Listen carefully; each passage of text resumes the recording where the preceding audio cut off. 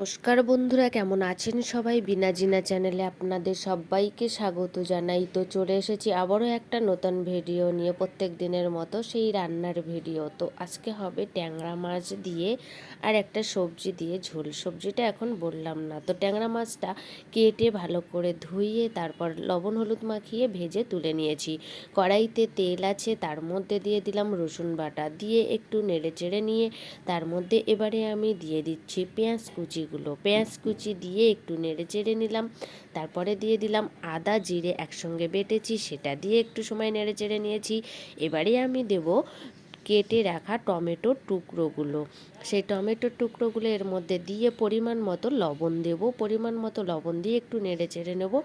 আর দেব কাঁচা লঙ্কা বাটা দিয়ে খানিক সময় একটু নেড়ে চেড়ে নিয়েছি। টমেটোগুলো গলে গেছে, তারপরে দিয়ে দিলাম পরিমাণ মতো হলুদ গুঁড়ো। পরিমাণ মতো হলুদ গুঁড়ো দিয়ে দিয়েছি। আগে থেকে ওলটা ভাবিয়ে রেখেছিলাম, সেই ভাবিয়ে রাখা ওলটা আমি এর মধ্যে দিয়ে দিলাম, মশলার মধ্যে দিয়ে কিছু সময় আমি এটাকে ভেজে নিলাম। ভেজে নিয়ে তারপরে জল দিয়ে দিলাম, দিয়ে ঢেকে রেখেছিলাম।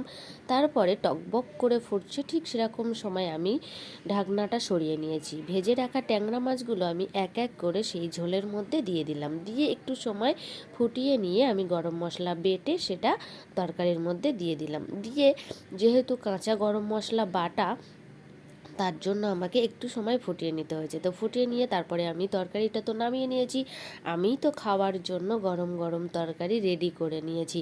আপনারাও একবার এভাবে বাড়িতে ওল দিয়ে ট্যাংরা মাছ রান্না করে দেখুন, সুন্দর লাগবে। দেখা হবে আবার একটা ভিডিও নিয়ে।